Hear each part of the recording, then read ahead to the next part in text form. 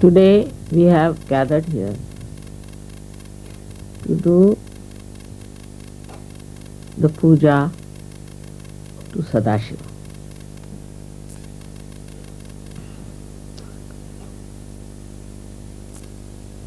The one which is reflected within us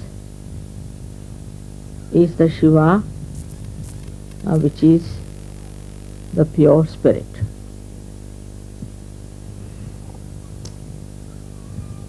This pure spirit within us is the reflection of God Almighty, Sadashiva.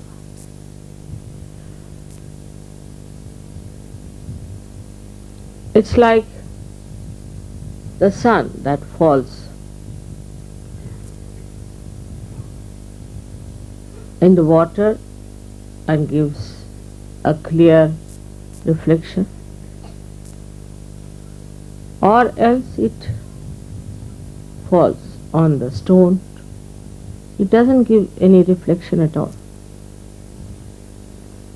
If you have, say, the mirror, the sun will not only fall on the mirror but will reflect back its light. In the same way, in the human beings, the reflection of God Almighty is expressed in the way your personality is. If your personality is clean and clear, innocent, then that reflection could be like a mirror. Thus the saintly people, they reflect God Almighty in the proper manner, in the sense that their own identification with wrong things is no more. When there is no such identification, and when a person is absolutely the pure spirit, then the reflection of God reflects into others. Luckily, you all have got your self-realization. That means the reflection of God Almighty is already working into your attention. The attention is enlightened by the power of the Spirit. The power of the Spirit is that it is a reflection. That means the reflection is never identified with the mirror or with the water. It is there till the sun shines. And when there is no sun, there is no reflection. So when you are in Sahaja Yoga, you have cleansed out yourself. Your Kundalini has also cleansed you. And now you are pure personalities. That's why this reflection is clearer and clearer, and people see it. See it on your face, they see it in your body, they see it in your work, in your behavior, in everything. It is difficult for people to really believe in themselves that they could be the reflection of God Almighty. They have some sort of a complexes about themselves, I think, that they cannot understand how they have suddenly become the reflection of God Almighty. But they have a capacity, and they can become the reflection of God Almighty, for which they have to have faith in themselves, faith in their ascent, to believe that we have become that. The confidence in Sahaja Yoga is very important. Without the full confidence, you cannot achieve your ascent that you have seen. Even in my lectures, I have to tell them that we have to have full self-confidence. But confidence doesn't mean by any chance your ego, your aggressiveness. If you are confident, you are least aggressive. There is a story, a Chinese story, very interesting one, that one king wanted his cocks to win in the race they have about the cockfighting. So somebody said that there is a saint, if you can take your cocks to him, he'll make them so strong that they will definitely win this race. So he took his two cocks and gave it to the saint, and he said, I want you to give them all the strength to fight this race. After 1 month, the king came and took these two cocks and put them in the arena where there were many other cocks also. So the cocks started fighting and attacking these two cocks. But these two cocks were just standing very patiently, absolutely calm and quiet. Any kind of attack, they were just looking at it as a fun. And all the cocks got tired and they ran away from the arena, and that's how these two cocks won the game. This is what it is for us to understand, that for a person who is detached, he can never be attacked. We are attacked by so many identifications we have. Firstly, our family, then our country, then our religion, then all kinds of things, racialism. All these identifications really make us weak because they attack us all the time and put confusion into the minds of Sahaja Yogis, I have seen. The reason is you must have confidence in Sahaja Yoga and confidence in yourself that you are on the right path and that you are now saved. And nobody can attack you because you are the complete protection of the Divine. People may follow any religion, they may follow any guru, they may follow anything, but they have fear all the time that will be attacked. And they are afraid to say things which they should say. They have no discretion even to know what is to be said. With the proper understanding that you are the pure spirit, if you believe in that, then you will be surprised that you will be very confident about what you are doing. In that way, we can say that we have also another great advantage, is that we are in the collective. We can find out in the collective how are we behaving, what is the reaction in the collective. In the collective, it's a person who is very subtle. He need not talk too much, he need not say much, he could stand like the cocks I told you about, but his depth can be felt. You can feel a person of that caliber, that he is such a deep person that he doesn't want to aggress, he feels protected within himself. So this protection we have to feel not mentally but within ourselves. And once you have that gravity, that feeling, nobody can attack.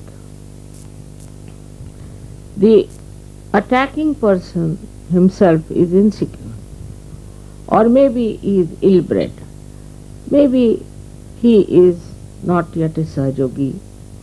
So you have to just have a kind of a gracious view about the person. Like Shiva was, we should say, Sadashiva's character is known that he is the one who is to forgive anyone. Anybody who did penance, like standing on their heads, or standing on one foot, or not eating their food, or all kinds of penances, he used to be so disgusted that he would say, all right, what do you want? Take it. And he also gave blessings to many Rakshasas, as you have heard. And so many Rakshasas were blessed by him because he got fed up with their penances. There were so many stories about Sadashiva giving a blessing to people, even to Ravana, which is a very interesting story about Ravana. That Ravana did lots of penance. I don't know what he did, how much he must have starved with his 10 heads, and what. I mean, if one mouth is there, you feel so hungry. With 10 mouths, I don't know what he must have done to do that kind of a penance that Shiva just got fed up, you see. His compassion is so great, he thought, let this man have whatever he likes. So Ravana went to Shiva, and Shiva said, what do you want? Why are you doing all this to yourself? So he said that I want to have a blessing.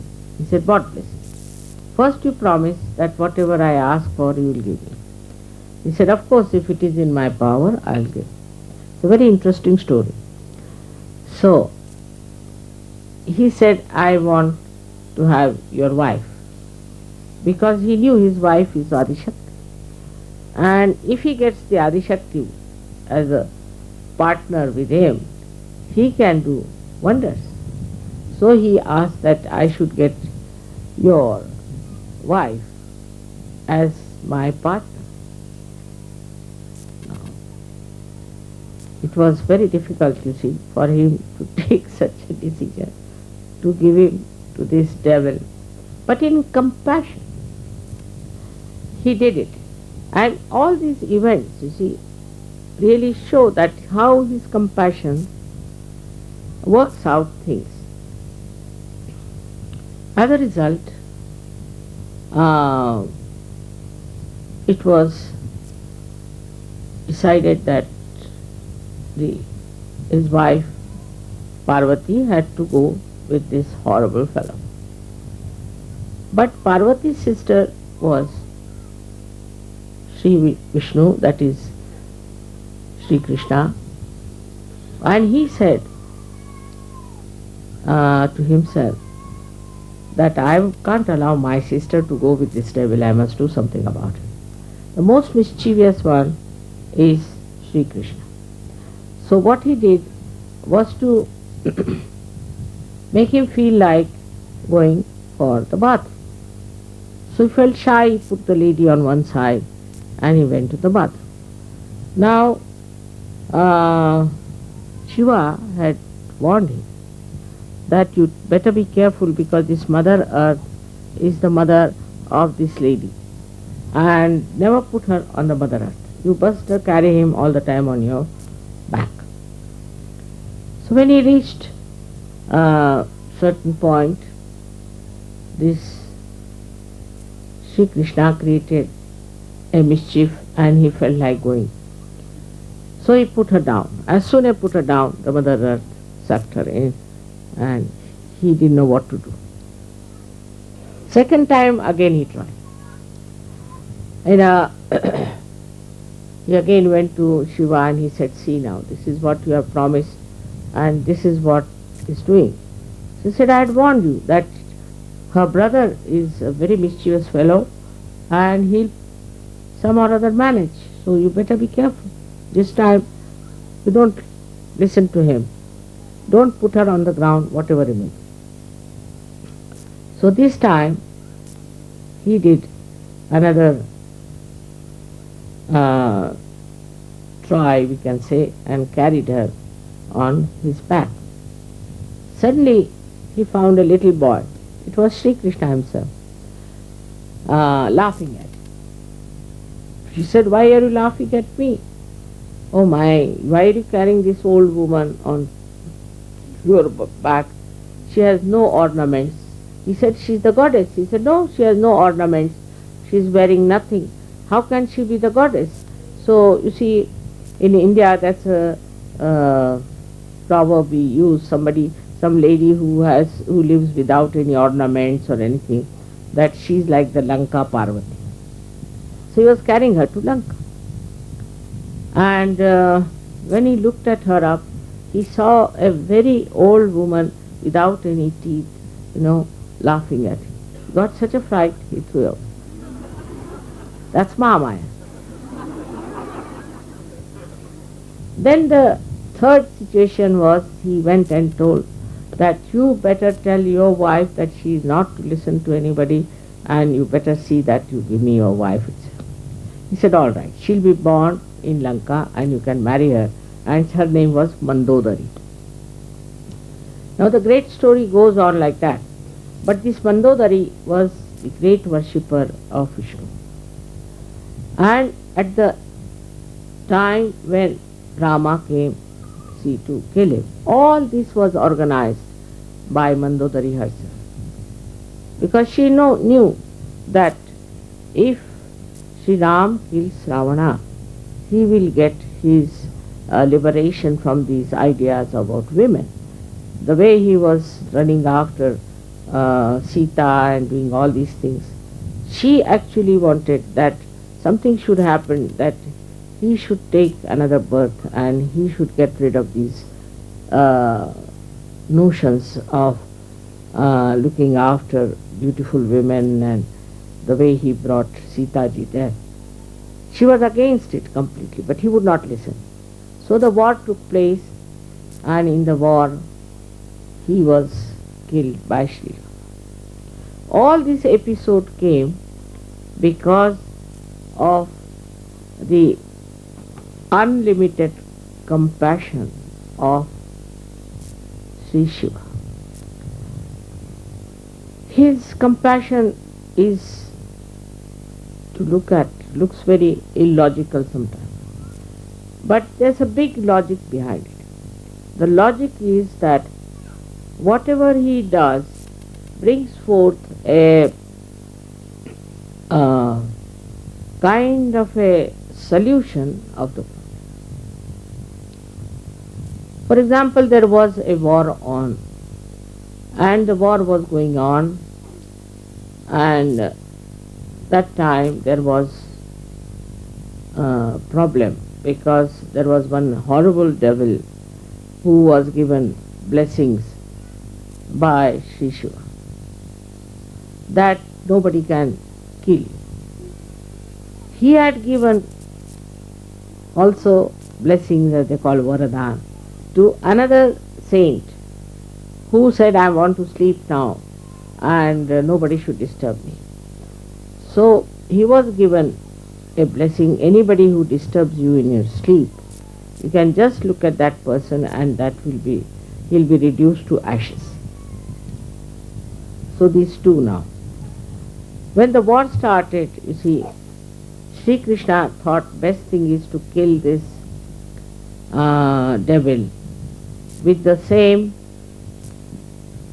blessings that the saint has got. So he played, and he started running away from the battlefield, and that's why it's called as a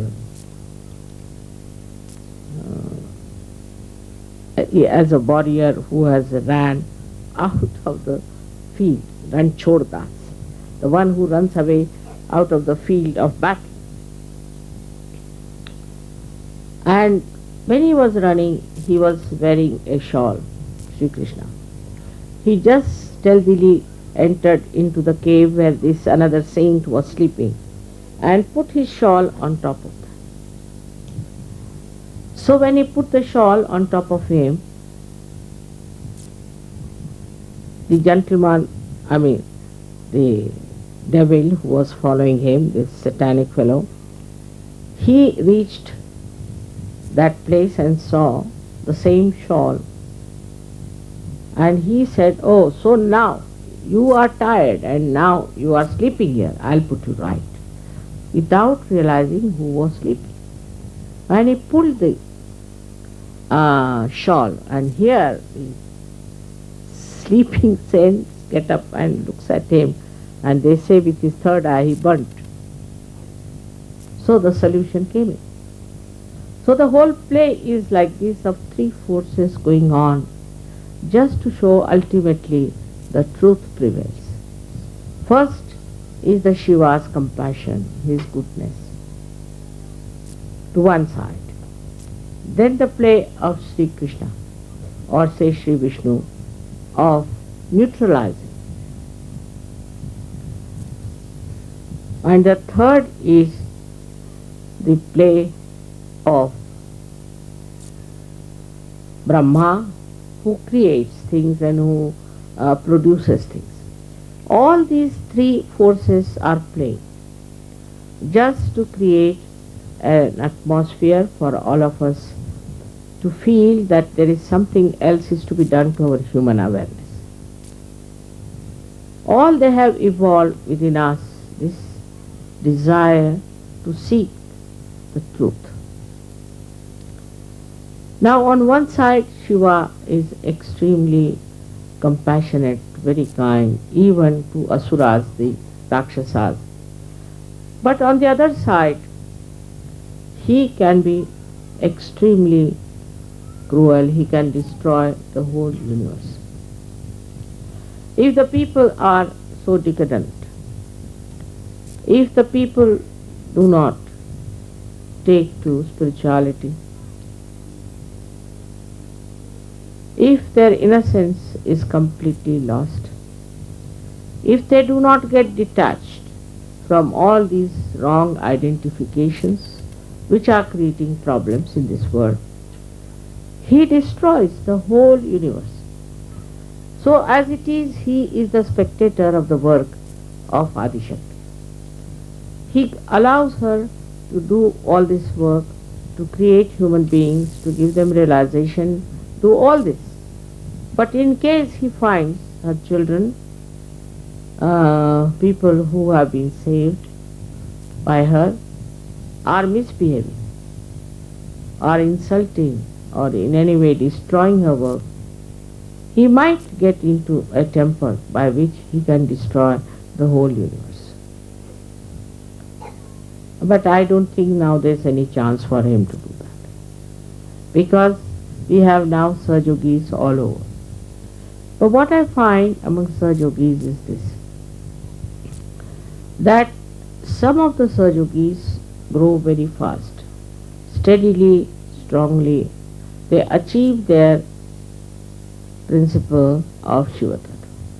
The first achievement shows that from inside they start getting detached. Now detachment is not mental. It's not mental. It is not that we have to take to some sort of a sannyasa, or we have to go to Himalayas, give up our families and all. But the detachment is within oneself. When that detachment starts working, the first sign is that we become joyous. We become happy. Now if you ask anyone, why are you unhappy? He'll talk about his wife, maybe his house, maybe his children, maybe his country, maybe society, whatever it is. So he gets absolutely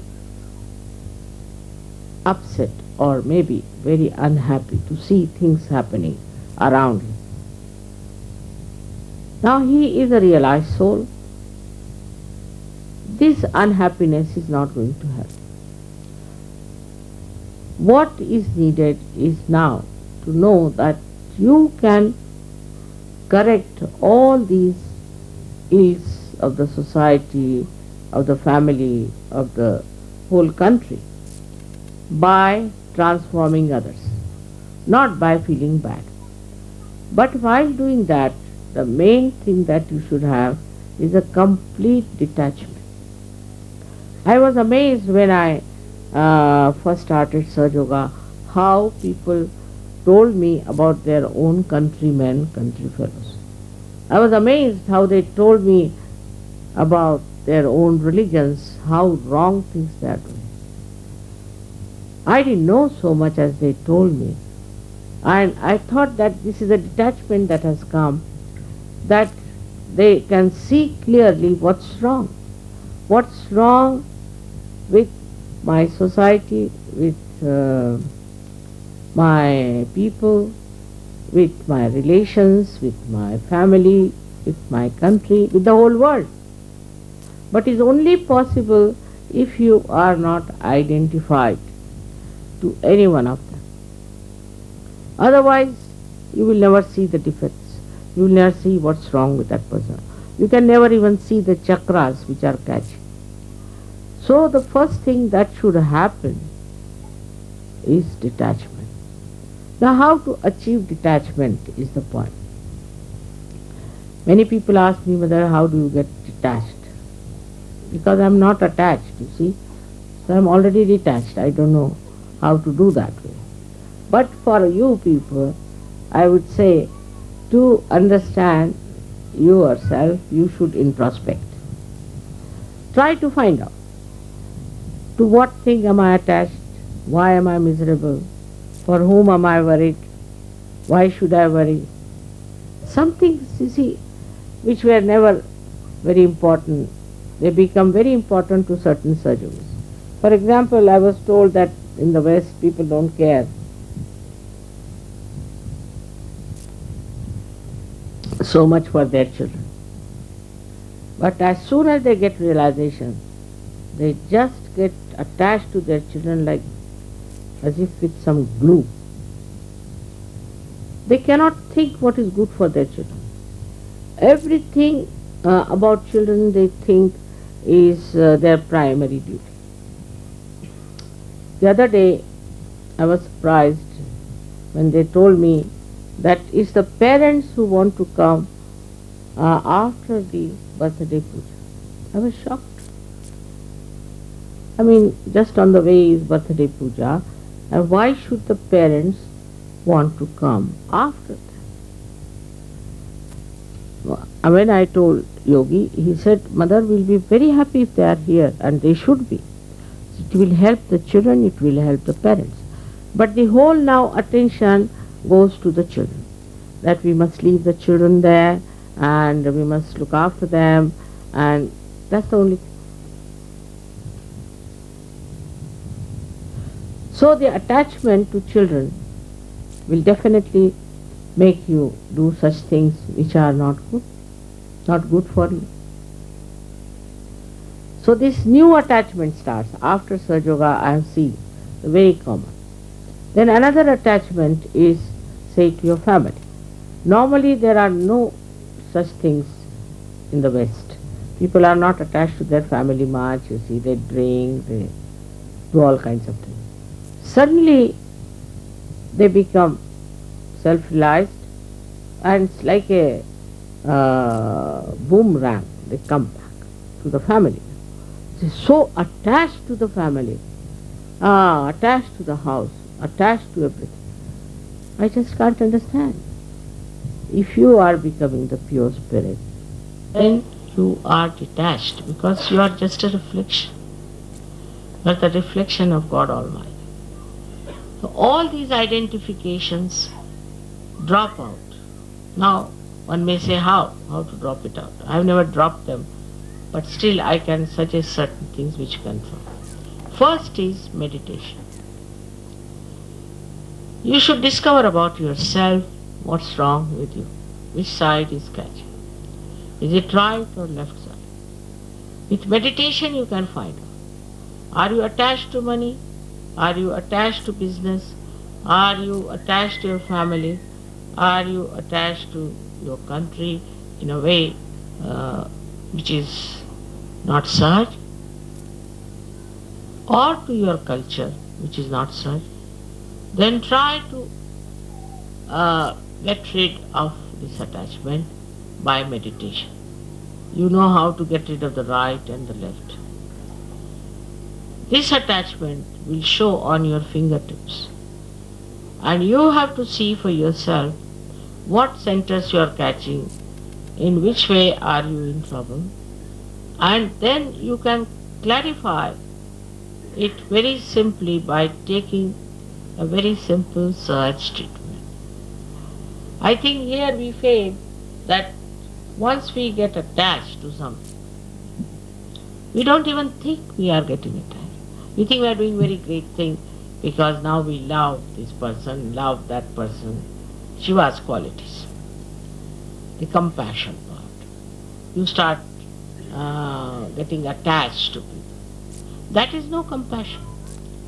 That is no compassion of any kind. To be attached to any such things is no compassion, and you cannot have compassion of Shiva.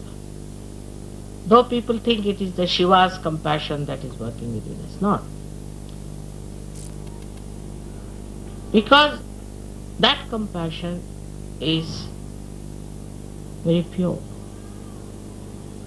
It is like, as I have told you many times, it's like the sap in the tree which rises and goes to various parts of the tree, and then either it evaporates or goes down into Mother Earth. It's not attached. If it gets attached to one flower or to one leaf or to one fruit, then the whole tree will suffer and also the flower will disappear. So this kind of attachment to a particular thing, to a particular idea, is not proper. In Sahaja Yoga I have found people are very adaptable and understand what they should do. But the main thing is meditation. In meditating on your heart, on the Shiva Tattva, on the principle of Shiva, you can definitely detach, and then the joy will be the maximum. Joy will be the maximum.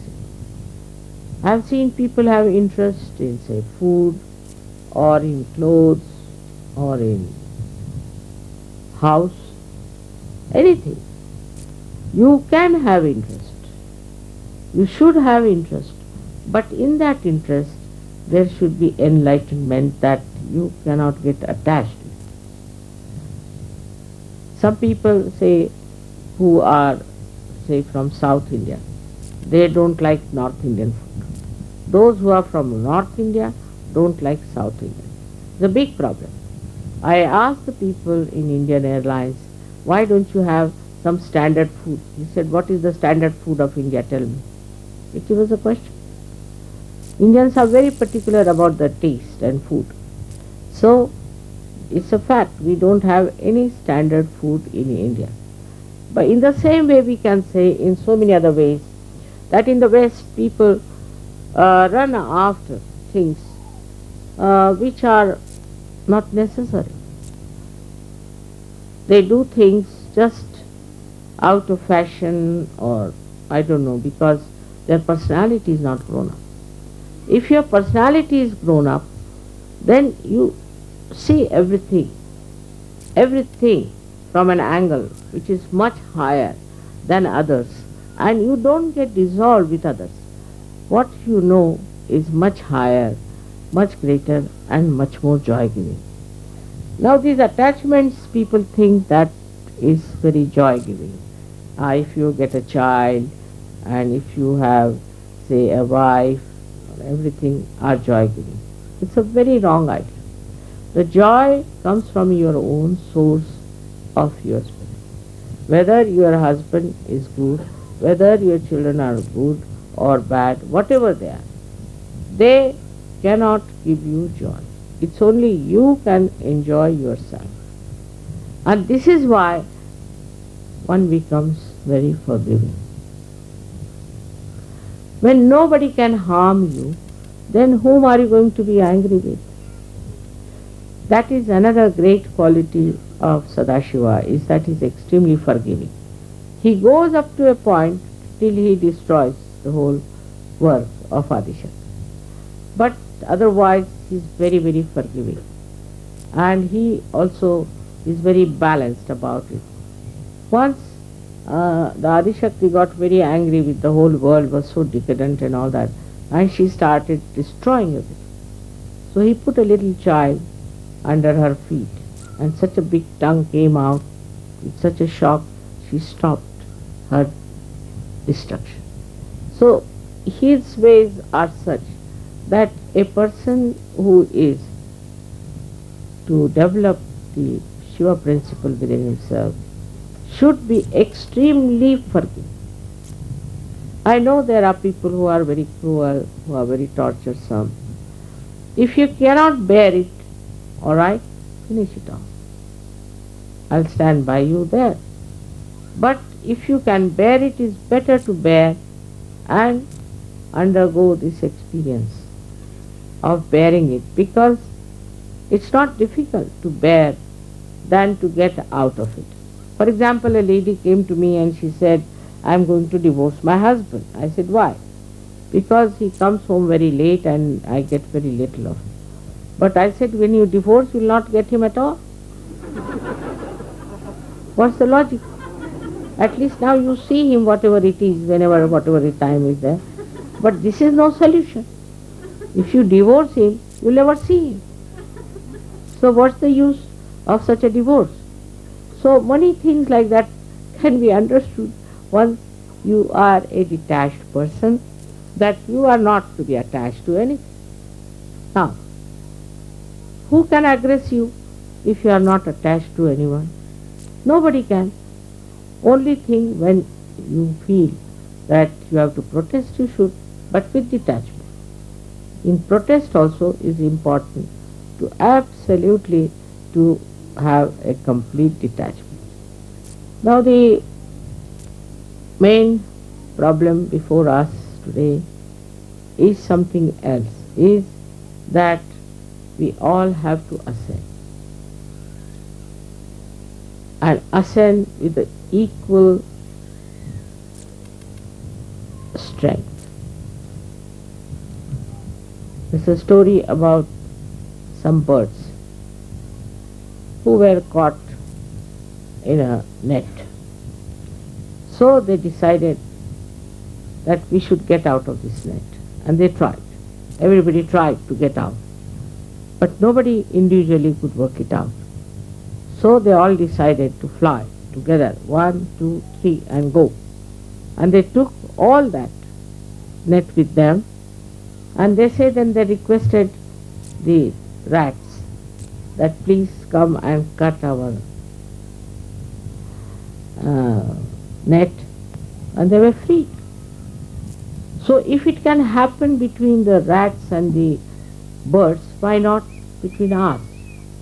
So in collectivity, you will be amazed in the collectivity how we could be helpful and joyous with each other. Now say something is wrong with your mother, father, sister, somebody. Doesn't matter. After all, you have the ocean of joy here with the collectivity. And your problems can be solved if collectively, if you want to solve your problem. So we have to depend on the collectivity. Very much to be one with the collective. I feel once you jump into the sea of Sahaj, the joy itself draws you together. Meeting each other is such a joyous thing. We have had so many experiences of that, of Sahajogis who have told me how happy they were to find Sahajogi somewhere out of the blue, and how they felt happy. So this tie between the Sahajogis is really the most joyous channel. And that is what is the source, we should say, of our becoming one together. Once you start enjoying each other, I have told you once a story of a great poet in India whose name was Namadeva, who was a tailor. And there was another one who was a potter. Sometimes I miss out in English words. This potter was another poet, and he was called as Gorakumba. So when Namadeva went to meet him, a saint only feels like meeting a saint, looked at him and he just stood back. Then he said a beautiful couplet. He says that I came here to see the formless Chaitanya, but here the Chaitanya is in the form. Nirgunacha bheti alo sagunacha. I came to see the formless, see the vibrations. For here it is in the form that I see. Only a saint can say this to another saint. This kind of appreciation, this subtle appreciation is only possible between the two saints or between the many. They don't see he was kneading the clay. He was wearing a dirty dhoti doing that work. He never saw all these things. He never saw his body, face or anything. But he saw that the divinity personified him. This sensitivity of feeling for others, Sahajogis, should really develop within you. Then you won't care for nonsensical, superficial things. And this is one of the great principles of Shiva. He doesn't bother. You see, his hair are all matted up. He sits on a fast-moving bull with both the legs like that, going for his wedding. Can you imagine? And all his friends, all his followers are somebody has only one eye, another has only one hand, one is bent like that. Because for him, the outside personality doesn't matter. What matters is the spirituality. Whether you have one eye or whether you have a crooked body makes no difference to him. To him, all of them are his own people. Because nothing that is superficial attracts his attention, but the divinity in a person. We have so many ways of understanding his principle because he is all pervading. If you feel compassion for someone, it works. It definitely works. Recently there was a case of some sort of a incurable disease in Mexico. And the lady who was Mexican, who was working in the UN, she's still working in UN, she wrote to me 2 letters that, Mother, I am going to lose my son because he has this horrible disease. I mean, just she wrote to me. I just felt such compassion for her because she wrote a letter which brought tears to my eyes. And imagine those tears have cured that boy.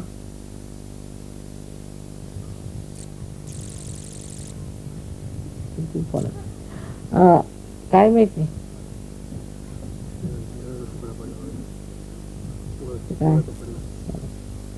has cured that boy completely.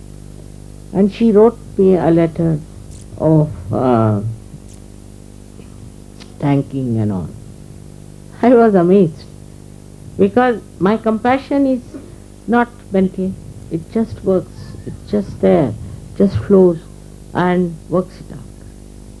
In the same way, you can also become that. I want you to have all my powers. But first is the compassion. And a Sahaja cannot ill-treat another person. Anyone, whether he's a Sahaja or not a Sahaja. That's not important. But nobody can aggress other Sahajas. If you say even he is a non-Sahaja, Sahaja should never aggress. That's not a sign of a Sahaja. Sahaja is different. Like the other day somebody said, I said, you're very hot-tempered. Yes, yes, I am. When somebody provokes me, I said, everybody when he's provoked only gets angry. Only the mad people are such who do not get angry even if they are provoked. So, if you get angry when you are provoked, is nothing so great. Everybody gets angry like that when you are provoked. But if you say that if you are not provoked, then you will not get angry. That sort of a state is very different. So, what I find that in the whole atmosphere of today in the modern times, there's a big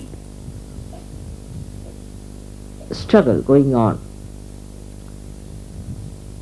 which is not Shiva's culture. Shiva's culture is the Sahaj culture. If you are Sahajogis, you should have compassionate understanding of others' feelings, and also you should have readiness to look after not only Sahajogis, also non-Sahajogis. Then your compassion will become effective. Now, as you know, today the biggest problem of today's civilization is that Western culture has gone to dogs. They are going, when you read the newspaper, you are shocked the way things are happening. I don't know how many will realize it before their destruction. It's really self-destructive. On one side, this is the self-indulgent and permissive society which is working. Now, on the other side, I find the Islamic culture is trying to oppose it. That's correct. They are trying to oppose it is correct. But the way they are opposing is creating problems. If you oppress somebody, don't do this, don't do that, then they'll do it much more. I'll give you the example that if you go into the north of India, the culture is more Islamic. And the people are very licentious and all the time looking at women, not all but many. Though they say they are Hindus or they say this and that, but still they have all these bad habits which have come from the Islamic suppression. When a woman is completely covered and nobody can see her, they become much more curious. I have some people who came to Bombay and somebody was traveling with me and was looking at every woman on the street. I said, your neck will break now the way you are going on. But it is a common practice there. Not only that, but this curiosity goes too far and people can become extremely immoral just like we are in the West. So the suppression of your desires is also wrong. Also this culture which outwardly suppresses, but inwardly people are very immoral. Once I was traveling from Riyadh to London and I went off to sleep. When I got up, I saw some other people sitting there all very nicely dressed up with short skirts and women with all the bow ties and this and that. So I asked their hostess, did you stop somewhere? She said, no, we have been going directly. I said, then who are these people? Same. They are so much changed. I was surprised that they were wearing such long these chadar and all that, and now here they are with all these funny dresses. I couldn't understand. That's what happened. The curiosity created by suppression also is not helpful. In Sahaja Yoga there is no question of separation. You become innocent. Just become innocent. That is the principle of Shiva. This Sahaj culture is in the center. It's neither too much of licentiousness nor too much of separation, but it is in the center. Which is the Shiva's greatest principle is to be innocent. And this innocence just shines in you. I have seen it. You people, whatever you might have done before, but I see you are so pure. You don't have these stupid ideas of behaving in a manner that is so Western. Also, so many Islamic people I have seen who have come to Sahaja Yoga have become very, very Sahaj and are leading a very good life. We have some Iranians who sent me letters of their confessions and I was shocked. I never read them because it was too much for me. And now I find them to be the most moral people that we have. So going to one extreme is wrong or to another is wrong, but to be in the center, in the Sahaj, is the best way to understand what is so important for life is morality. And that comes from your innocence. And that is the quality of course, Sri Ganesha, who is the son of Shiva, but is emitted through the innocence of Sri Shiva. Now, I think in next lecture of Shiva, I'll talk about innocence to you. But for this one, you have to understand the detachment. The detachment that should evolve within. It cannot be forced, but through meditation, you can develop that detachment within you, which will be really joy-giving. So many qualities of Shiva can be described. And I think in so many lectures I have told you about him. I have to just say that you should have also collective meditation in your ashrams. It will be a good idea. If you can try collective meditation, it will be nice. But you don't have to give vibrations to anyone. You don't have to look after the chakras of others. You just bother yourself what's wrong with you. And now whatever is the solution for your ascent, you should do it. Because the responsibility of the whole world rests on Sahaja. This you know that there is no way out without Sahaja Yoga. To save humanity from all kinds of problems, Sahaja Yoga has come on this earth. So it is your responsibility to keep yourself in proper shape as far as Sahaja Yoga is concerned. Get rid of your left and get rid of your right. And then to spread Sahaja Yoga, not by bombastic words or aggressiveness, but with love and compassion. I am sure we have done a lot, we have achieved a lot. But there are still some points here and there which is a very unpleasant task for me to correct them. But whatever it is, I have to say that it's working and everybody should look at themselves and feel happy from where they have come and how far we have to go. May God bless you.